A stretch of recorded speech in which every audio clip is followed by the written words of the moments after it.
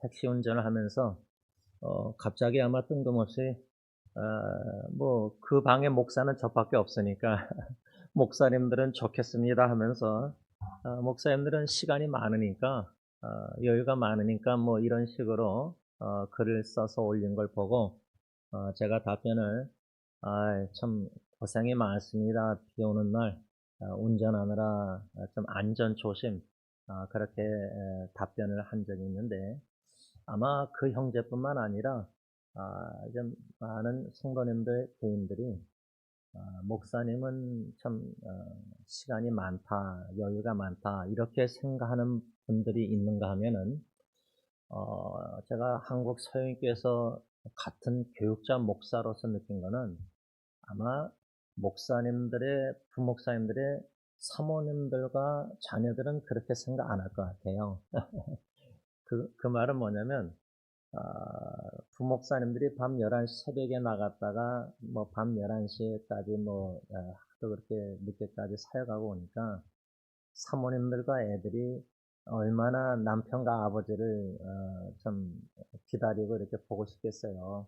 특히 사모님들은 남편 도움을 못 받고 혼자 자녀들 어린 자녀들 말에 사역한다면은 목사님들은 너무 바빠. 이렇게 아마 아이들은 생각하지 않을까. 그러니까 뭐 사람마다 다 다르겠지만 목사님들이 여유가 시간이 많다고 생각하는 많은 교인들이 있는가 하면 아마 목사님들의 가정, 자녀, 사모님들은 너무 바쁘다. 목사들끼리도 서로 바라볼 때 제가 느낀 거는 제가 한국에 가서 박사학위 한답시고 팔타임으로 사역을 했는데 처음에 제가 풀타임을 좀 달라고 담임 목사님에게 요청을 했어요. 아무래도 공부하려면 재정이 뭐 여러 가지 어려우니까 힘드니까. 근데 부목사님들 제가 좀 한 몇 달 보니까 야 제가 그 말이 쏙 들어가서 아이 목사님 저 그냥 파타임이 좋습니다. 그런데 우리 교회 고대영 목사님 같은 경우도 파타임 사역자지만 자기 사업을 하면서 파타임 사역을 할 때는 거기에도 또 가정 사역까지 이렇게 다 이렇게 하려면은 분주하고 바쁩니다. 제가 어르신 목사님 한국에서 사역할 때 어떤 분이 저에게 제임스 목사님 바쁜 목사님은 나쁜 목사님이다 뭐 이런 식으로 말을 한 거를 아직도 20몇 년 됐는데 기억나는데 근데 뭐 바쁘고 싶어서 바쁩니까? 어, 가정 사역만 해도 목회자들이 사모님을 도와서 아이들이 어리면요, 그 쉽지 않습니다. 그런데다가 가정 사역 외에 이런저런 일들 그런 가운데 또 교회에서 교육자들이 목사님들이 이런저런 사역 우리 영어 사역의 조셉 전도사님도 그 일을 하잖아요. 파트타임 사역하면서 이런 어, 사정을 현실을 볼 때 오늘 말씀과 연관해서 무엇을 좀 서론 부분에 나누려고 하냐면 우리 목사님들이 너무 바쁩니다. 신경 쓸 일들이 너무 많고 물론 뭐 평신도 성도님들도 가정 자녀 후손들 뭐 여러 가지 많겠지만 목사님들이 너무 바쁘고 분주하고 마음의 여유가 없으면요. 오늘 본문 사도행전 6장 1절에서 4절 말씀에 12사도들이 오늘 뭐라 하냐면 4절에 우리는 오로지 기도하는 이유가 말씀 사역에 힘쓰리라. 근데 오로지 그게 안 됩니다. 그 원인을 뭐 여러 가지 찾아볼 수 있죠. 그런데 제가 한국에서 느낀 거는 그 부목사님들 그 교회 시스템 자체가 부목사님들로 하여금 오로지 말씀과 기도에 훨씬 힘쓸 수 있는 시스템이 아닌 것 같아요. 그러니까 그 시스템을 좀 생각할 수가 있고 또 성도님들, 교인들이 예를 들면 제가 잊히지 않는 게 아니 서영교회 다니다가 교회를 떠나서 이사 갔어요. 전라도로. 그러니까 이제 전라도에 있는 교회를 다니면서도 배우자가 죽었을 때 신방을 소형교회 부교육자 한 명과 그 지도자 뭐 장로님, 권사님, 대표와 평신도들이 관심 있는 분들이 교회 미니밴 봉고차 해가지고 거기까지 신방을 갔다 오는 걸 보고 모르겠어요. 그 전라도에 이사 가신 분이 성격이 뭐 오래돼서 그런지 모르지만 그럴 때는 성도님들이 알아서 신방을 와달란 말을 안 하는 게 낫지 않을까. 그거는 뭐 제 생각이니까 여러분들 동의 안 하셔도 되는데 그렇게 전라도까지 서울에서 토요일날 그렇게 교인들 뭐 장로님 해가지고 권사님 가서 신방 가는 게 그 부목사님이 그 다음날 주일날 말씀 전한다면은 근데 제가 오래전에 원로 목사님 사회 갈 때 제 친구도 이제 목사님 아들인데 벨리에서 그 아버님 어머님 목사였는데 그 친구가 오래전에 저한테 그러더라고요. 아니 성도님들 중에 교인 중에 한 분이 목사님인지 뭐 LA 뭐 신방인지 간다 그러니까 목사님한테 막 가서 좀 김치인가 뭐 사달라 그랬대요. 그래서 그 말 듣고 아직도 좀 어렴풋이 기억나는 이유가 야 어떻게 목사님 LA 신방 가는데 벨리에서 그 교인이 목사님에게 좀 마켓들에서 김치 사달라는 부탁까지 할 수 있었다. 그러니까 교회 시스템도 문제지만 성도들의 교인들의 가진 생각이 어, 목사님으로 하여금 오롯이 기도와 말씀 사역에 충실하시도록 그런 환경과 분위기랄까 그렇게 할 수 있도록 배를 하고 있는가 교인들이 아니면 교인들은 목사님은 뭐 이민교회는 제가 원로 목사님 제가 아들로서 아버님 목회하는 걸 봤잖아요.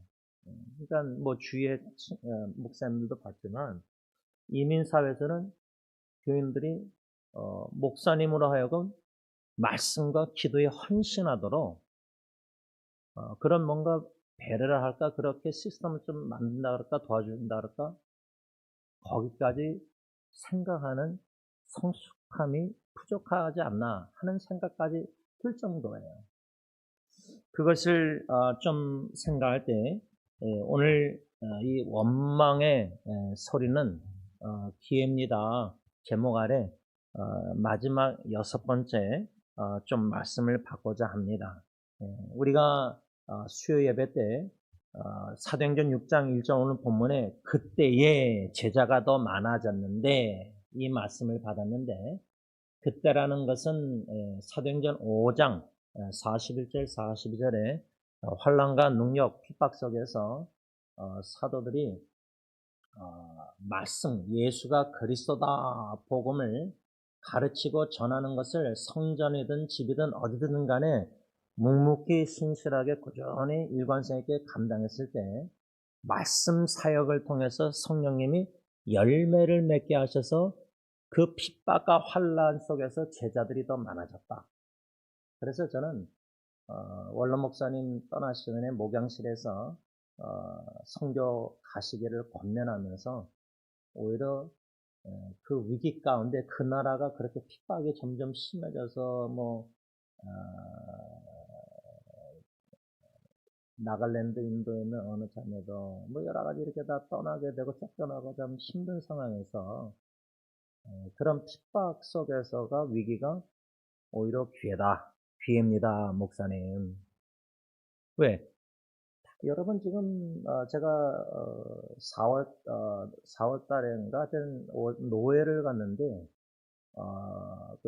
다이몬드발 그 글로벌 선교교회에서 김지성 목사님 거기서 이제 노회할 때 점심시간에 동그란 테이블에 앉았는데 여러 동그란 테이블 중에 저는 이제 원로 목사님하고 원로 목사님 아는 후배 목사님들하고 같이 앉았는데 그 후배 목사님들 중에 두세 분이 같은 나라 선교사님인데 쫓겨나서 5년 동안 못 들어와 계시더라고요.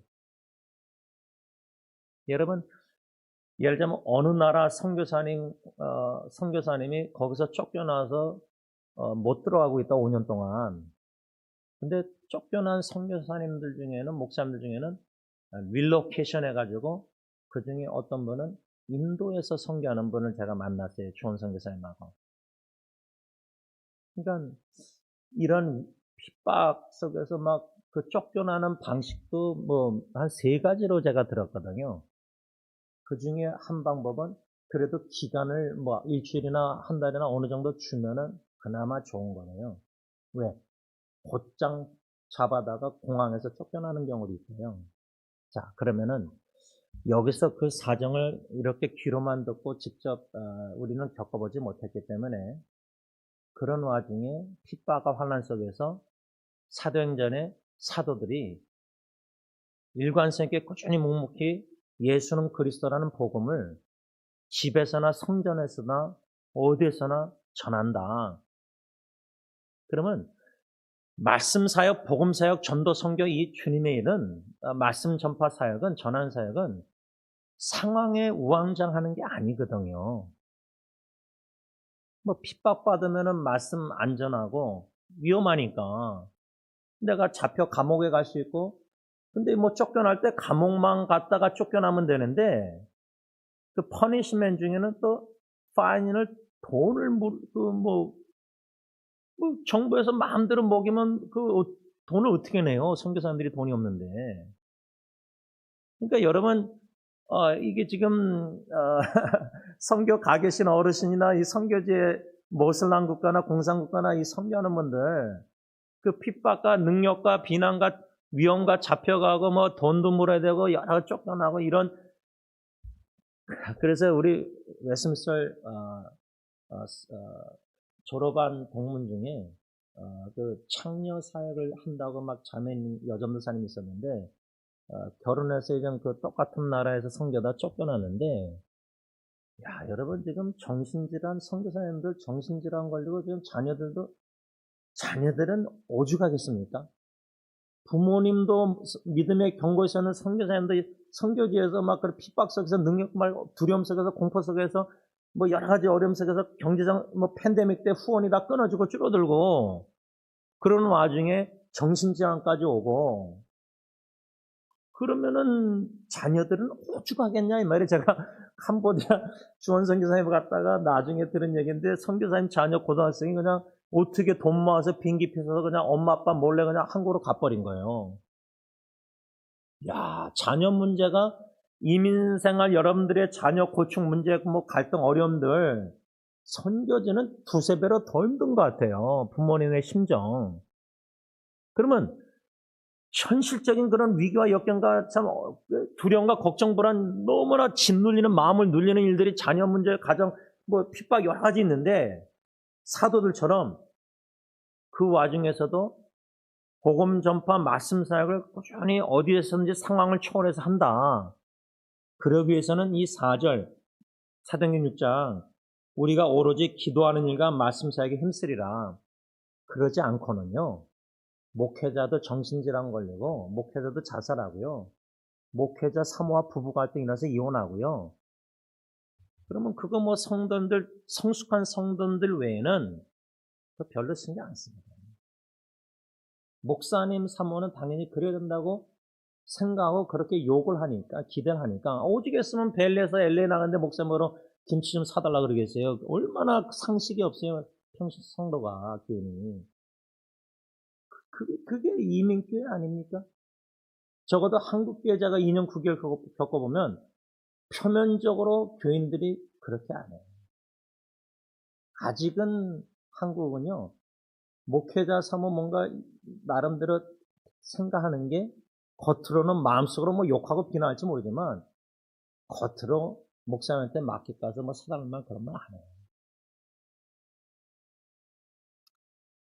이런 현실 속에서 이 말씀을 우리가 목회자뿐만 아니라 여러분들도 4절에 우리는 오로지 기도하는 일과 말씀 사역에 힘쓰라. 그러면 여러분들 제임스 목사, 지원 목사가 오로지 말씀과 기도하는 일에 힘쓰기를 원하십니까? 라는 질문 그냥 갑자기 생각해서 던지는 건데 그 질문을 던지는 이유가 목사님들이 저뿐만 아니라 말씀 사역과 기도 사역에 등한히해서 다른 일의 사역에 뭐 구제 사역 오늘 본문에는 구제 사역이지만 여러 가지 일들에 분주해가지고 바빠가지고 성경 묵상 말씀 설교 준비를 등한히 하게 됐다.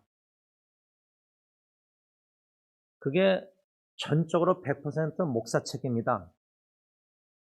그렇다고 저는 전제할 수 있는데,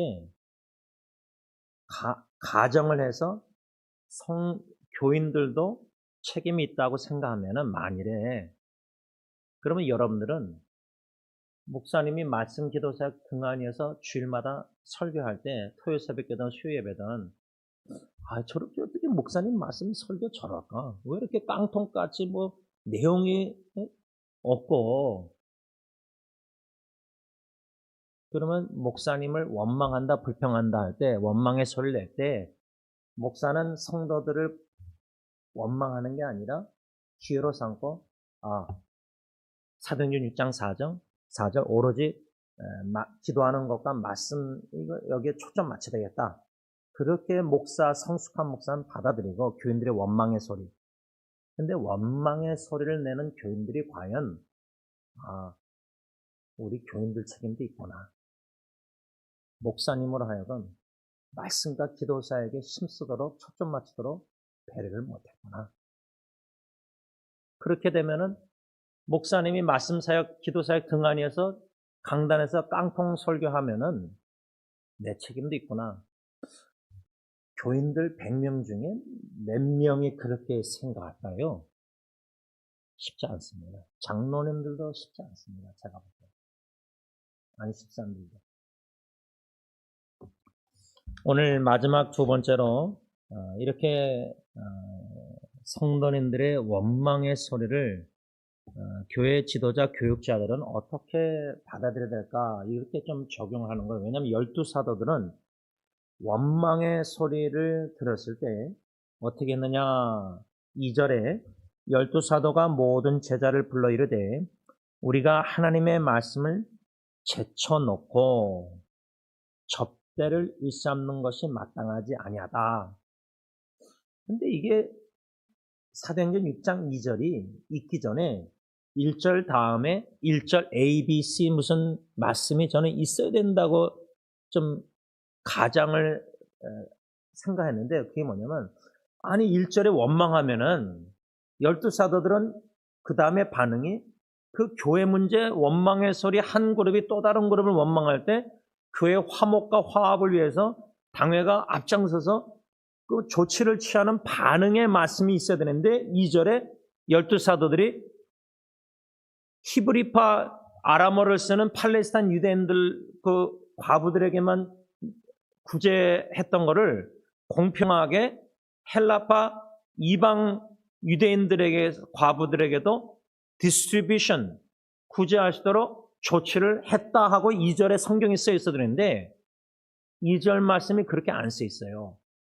성령님께서 저자 누가를 통해서 2절에 12사도가 모든 제자를 불러 이르되 우리가 하나님의 말씀을 제쳐놓고 접대를 일삼는 것이 마땅하지 아니하다. 이걸 공포했거든요.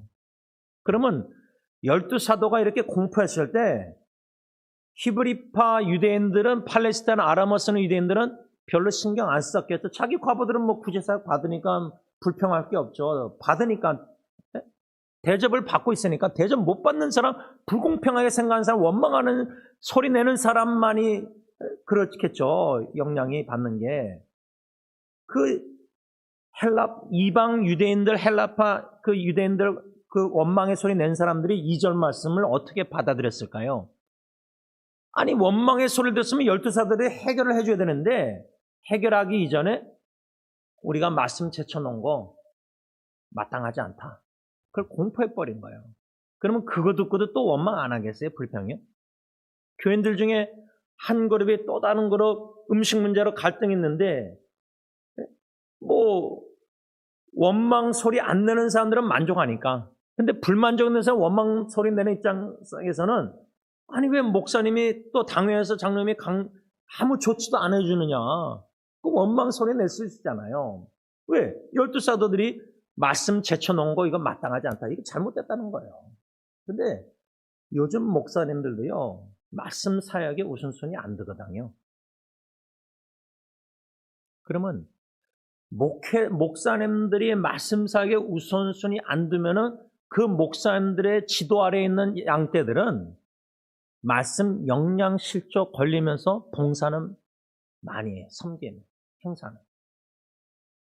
그러면 자동차에 가스가 영적 연료, 말씀 연료가 안 들어간 그 마음 속에서, 신앙 속에서 계속 주기만 하고 섬기고 뭐 봉사하고 뭐 행사하면은 시험에 사탄이 아담과 하와를 시험할 때 뱀이 하와를 왜 시험했겠어요? 아담이 아니라. 아담은 하나님께 직접 언약의 말씀 받았거든요. 창세기 2장 17절. 선악과 따먹지 말라 죽는다. 그 부인은 말씀을 남편 통해서 받은 거 아니에요. 그럼 누가 말씀이 약하겠어요? 하나님께 직접 말씀 받은 사람이 약하겠어요? 아니면 남편 통해서 받은 여자가 약하겠어요? 그러면 그 공동체의 말씀에 경고에 서 있지 않는 양떼들을 뭐 지도자가 말씀에 우선순위 안 드니까 그러면 마귀 사탄이 한 명만 말씀 약한 사람을 시험 들게 원망의 불만족 속에 원망의 소리 내게 하면은 그 한 사람이 그 공동체 그룹에서 다른 사람에게 암세포 번지듯이 원망의 소리를 내거든요. 자기 혼자 원망의 소리 안 내요. 누구한테 내야죠. 같은 그룹에 친한 사람에게, 한 명에게. 그러면 그게 한 명 전파되면 말씀에 약해져 우선순위 안 드는 목회자 지도 아래에 있는 그 공동체 양떼들은 말씀이 약해져 있기 때문에, 그리고 주는 것, 섬기는 것, 봉사는 많이 하기 때문에 그러면 어떻게 되겠어요? 그런데 이렇게 설교해도 우리 교육자들이 말씀을 제쳐놓은 게 사도들 마땅치 않다고 공포한 거, 내가 말씀 우선순위 안 둔 거, 이게 하나님이 기뻐하실까? 그런 가운데 3절에 형제들아 너희 가운데서 모은 그 모든 제자들 불러 이런 그 사람들 중에 너희 가운데 뭐라 그랬죠? 성령과 지혜가 충만한 자들 7명. 첫 번째는 성령과 지혜. 아니 뭐 성령과 사랑이 충만한 7집사 7명 택하라. 근데 그게 아니라 성령과 지혜예요. 지혜. 그 왜 하늘의 지혜, 야고보서 땅의 지혜, 하늘의 지혜 나오잖아요. 야고보서 말씀 보면 땅의 지혜는 거기는 혼란과 싸움과 뭐 갈등 얼마나 많아요. 왜 성령과 지혜 충만한 7명을 택했을까? 요즘 공동체에 교회 모이는 어떤 2-3명이 모여도 주님이 함께 하시니까 임재하시는데 2-3명이 모여도 갈등이 있어요. 그러면 갈등의 요소가 충분히 많은 요즘 교회, 이민교회나 모든 교회 모임 속에서 성령 충만한 사람, 여기 7집사, 근데 지혜도 충만해야 된다는 거예요. 왜? 지혜가 부족하면 하나님께 구하라고 야고보서 1장 5절 써 있잖아요. 근데 여러분, 이게 귀에 안 들리면은 가정사역에 아빠, 엄마가, 부모가 얼마나 성령 충만뿐만 아니라 지혜가 충만한지, 지혜가 필요한지 여러분 절실히 느껴보시지 않았습니까? 자녀 양육 쉽습니까? 손주들 돈 쉽습니까? 이 악한 시대에 예수님 재림 앞서서 마지막 때 우는 사처럼 마귀가 지금 우리 손주들도 잡아먹어서 다 교회 떠나고 하나님 다 떠나게 만드는 이 현실에 내가 지혜가 부족하구나. 이거 아직도 못 깨달은 부모, 할아버지, 할머니면은 이게 심각한 영적 상태에 있다고 저는 봐요. 내가 얼마나 미련한지를 못 깨달으면은 아직도 내가 지혜로워서 이렇게 하면 내 자녀 양육, 후손 양육 잘할 것 같다는 자신감이 있으면 그건 진짜 하나님이 위기 가운데 계속 그걸 부서뜨리실 거예요. 밑바닥 보도록. 제가 그랬잖아요. 천황하고 살면서 밑바닥 보게 하셨다고. 거기에 또 제 아내가 은혜 받았더라고요. 주일 설교에. 남편의 밑바닥을 아내가 더 잘할 거 아니에요. 자식들보다 처남이 알겠어요? 아내가 제일 잘 알죠. 제 다음에는. 그걸 아직도 못 깨달았으면요. 못 경험했으면, 그래서 자신에게 철저히 실망, 절망, 미련함을 회개 안 하면요. 소망이 없습니다. 그 가정 후손, 자녀 대대 후손 예수 재림 때까지 하나님의 전적 은혜 없이는 끝없는 갈등과 위기와 역경을 계속 접해서라도 하나님이 지도자 가정의 우리 남편 아버지를 철저히 깨트리고 부서뜨렸을 거예요. 이 12사도들이 7명을 택하라 할 때 형제들아 너희 가운데서 첫 번째 성령과 지혜가 충만하여, 그 다음 두 번째 뭐죠? 칭찬받는 사람 7. 근데 교회 안에서 칭찬받는 직분자 이렇게 장로 피택 이런 거 다 안식사 보면요, 투표 뽑는 교인들의 영적 상태를 알 수 있어요. 적어도 당회는 그 정도 성숙한 당회가 돼야 되는데, 야, 어떻게 저런 사람을 교인들이 피택했을까? 당회가 볼 때는 장로감, 안수집사감 아니거든요. 왜? 그걸 어떻게 알아요?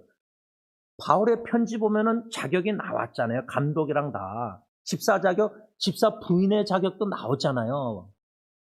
근데 그런 자격이 안 되는데 부부가 교인들이 피택을 해요. 뽑아요. 그 말은 뭐냐? 당회가 볼 때는 교인들이 성령 지혜 충만하고 칭찬받는 사람을 세울 만한 볼 줄 아는 분별력이 없는 거예요. 마치 나라에서 지도자 뽑을 때 두 갈래로 갈라지잖아요. 공화당, 민주당, 미국 보세요. 제가 이 성령과 지혜 충만한 자 첫 번째, 두 번째는 칭찬받는 자 할 때 우리가 주일날 배웠지만 골로새서 통해서 그 말씀 받으면서 세 가지를 지난주에 나눴잖아요. 전도 대상자, 전도하는 전도자가 어떤 자가 되냐면, 첫째, 데살로니가전서 4장 11절 12절 뭐요? 존경받는 인물.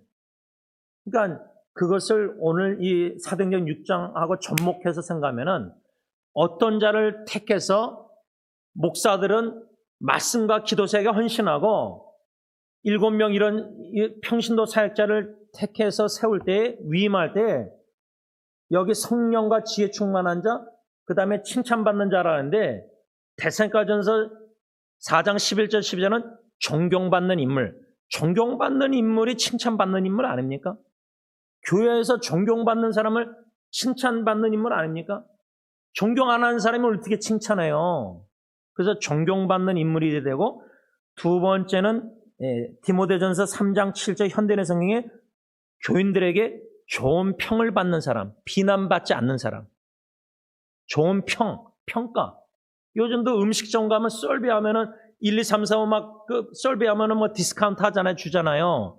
음식도, 식당도, 섬기는 스태프들도 프렌들리 친했느냐, 이런 거 평가하잖아요. 교회에서 평가할 때 좋은 평을 받고 비난받지 않는 사람, 그런 사람을 택해서 위임을 해야 되겠죠, 일꾼을. 또 세 번째, 고린도전서 10장 32절, 거치는 자가 아닌 자. 오히려 격려하고 남을 일으켜 세우는 그런 사람들을 지도자로 택해서 위임을 해야 되잖아요. 근데 그런 자를 뽑을 능력이 공동회에 모이면은 이 말씀을 적용할 때 모든 제자를 불러놓고 그렇게 7명을 택하라 그랬잖아요. 12사도들이. 공동회에 만일에 모여서 지금 교회에서 이거는 위임해서 좀 일을 팀사에 같이 하는 사람을 세워야 되겠다 할 때 교인들이 이렇게 성령과 지혜 충만한 자, 칭찬받는 자, 존경받는 자, 그 다음에 좋은 평을 받는 자, 비난받지 않고, 그 다음에 거치는 자가 아니라 스탬블링 블락이 아니라 스태피스터, 징검다리 역할을 할 수 있는 화평케 하는 자, 격려하고 일꾼을 잘 세우는, 뭔가 격려해서 일으켜 세우는 자, 이런 자들을 택해서 위임을 해야 된다는 거예요. 12사도. 말씀을 정리하면서요. 제가 사업을 하는 제 사촌 여동생에게 오래전에 대화하다가 음악 학원 하는데 너무 바빠요. 이 사촌 동생이. 너무 바쁘다요. 그 아버님하고도 얘기해보니까 너무 바쁘대요. 근데 제가 사랑하니까 제가 그 친구 어릴 때부터 전도사로 가르쳤으니까 제가 사랑하는 마음으로 딱 한 번 얘기했어. 한 번. 오래됐어요. 그 사촌 여동생 자매한테 델리게이션, 너의 일을 좀 나눠서 네가 중요하게 생각하는 거 우선순위 네가 하고 사장으로서 뭐 원장으로서 음악학원 이런 일들은 덜 중요한 거는 좀 그 학원 선생님들한테 델리게이트 위임을 하면 어떠냐 이렇게 권면했어요. 그러면 너가 다 맡아서 하던 모든 일들 또 자신 있고 실력이 있고 또 그 많은 능력이 있으니까 하겠죠. 그러나 제가 21년 목회 가운데 우리 교회가 반주자가 필요해서 반주자 사모님을 당회에서 인터뷰하고 세우고 남편 목사님을 어떻게 부인만 피아노 치고 남편 목사님은 가만히 있어요? 그럴 수가 없잖아요. 목사님인데. 그래서 제가 설교 예배 인도 아니라 성경 공부까지 다 인도하는 시절에 그 목사님 그 파타임 목사님에게 교육 목사님에게 당회에서 인터뷰해서 제가 하던 사역을 할 수가 제가 있는데 어느 부분을 맡겼어요. 성경 공부나 이런 것들을. 그러니까 내가 다 할 수 있는 시간과 능력과 뭐가 있어도요. 일꾼을 세우기 위해서 위임을 하는 거예요. 그러니까 이걸 부부관계에 있을 때 남편은 아내에게 내가 다 할 수 있으면 아내에게 위임을 하고 부모가 다 할 수 있는데 자식에게 위임을 하고 설거지 예를 들자면 이런 것들 위임을 할 줄 알아야 되고 두 번째 중요한 거는 제가 요번에 이제 장로님 만나서 식사하면서 이제 김영국 지사님 방문했는데 신방kim 지사님 식사하면서 나눈 게 당회에서 교육자를 예를 들어 조셉 전도사님 번합판 나서 인터뷰해가지고 당회에서 이제 결정을 내려서 영어사역 사역자로 세웠잖아요. 근데 전도사 목사님들뿐만 아니라 당회에서 21년 장로님하고 목회할 때 지휘자 반주자도 인터뷰하잖아요. 근데 인터뷰할 때 성령 충만한 지혜 충만한 칭찬받는 존경받는 비난받지 않고 좋은 평이 있는 거치는 자가 아니라 세우는 자 이거를 어떻게 인터뷰 2, 30분으로 알 수가 있어요. 근데 왜 이걸 좀 나누게 됐냐면 한 명 지휘자 반주자 잘못 들어오면은 찬양대만 나눠지는 게 아니라 교회 전체가 화목이 연합성이 깨지는 시험 드는 자가 생겼기 때문이에요. 전에. 그렇다면은 지금 이 초대교회 공동체에 원망의 소리가 들렸다? 우리 승리교회 저랑 21년 목회하면서 원망의 불만족 불평의 소리가 얼마나 많았겠어요. 지금도 앞으로도 있겠죠. 그러면 이거를 인간적으로 반응해서 나도 같이 그냥 불평 원망하고 목사는 직분자나 교인들 원망하고 교인들 직분자는 목사 원망하고 그러면 그게 교회입니까? 그게 공동체입니까?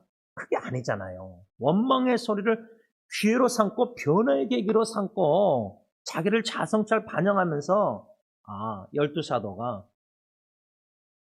그렇게 열심히 성령 충만해가지고 지혜 충만해서 핍박과 능력 그런 속에서도 예수가 그리스도라 사도행전 5장 41절 복음을 꾸준히 어디 성전집에서도 전해서 그때의 제자들의 수가 많아졌는데 6장 1절 은혜를 지키는 게 더 힘들다 그랬잖아요. 성령의 역사 속에서 원망의 소리가 들리기 시작한 거예요. 복음 전하던 복음의 소리가 메아리쳐야 되는데 복음의 소리만. 근데 사탄은 가만 안 있어요. 불만족 속에 조그만 일도 불만족. 제가 그랬잖아요. 처남이 그라지도 왔다 갔다 올렸다는 것도 불만족이 생기니까 막 스트레스 받다 그랬잖아요. 이제는 신경 안 쓰지만 망가질 때까지 예를 들면 it's okay. 다 넘어가야 돼요. 맞아요. 그러니까 불만족 원망 조그만 일도 교회에서 안 나겠습니까? 지금 음식 문제로 교회에서 불만족 불평 안 나옵니까? 나오잖아요 지금. 그러면 이거를 지혜로운 성령 충만한 직분자나 성도들은 변화의 기회로 삼아야 한다. 교회 음식 문화가 사도행전 2장에 초대교회 3,000명 회개하고 예수 믿어서 4가지에 헌신했다고 사도행전 2장에 써있잖아요. 코이노와 진정한 교회 공동체 교제의 음식의 역할, 음식 문화가 어떻게 돼야 되는가. 이것도 그냥 상황의 현실에 이끌리는 게 아니라 성경으로 돌아가서 사도행전 2장의 공유 분유가 어떻게 코이노와 교제가 됐는가.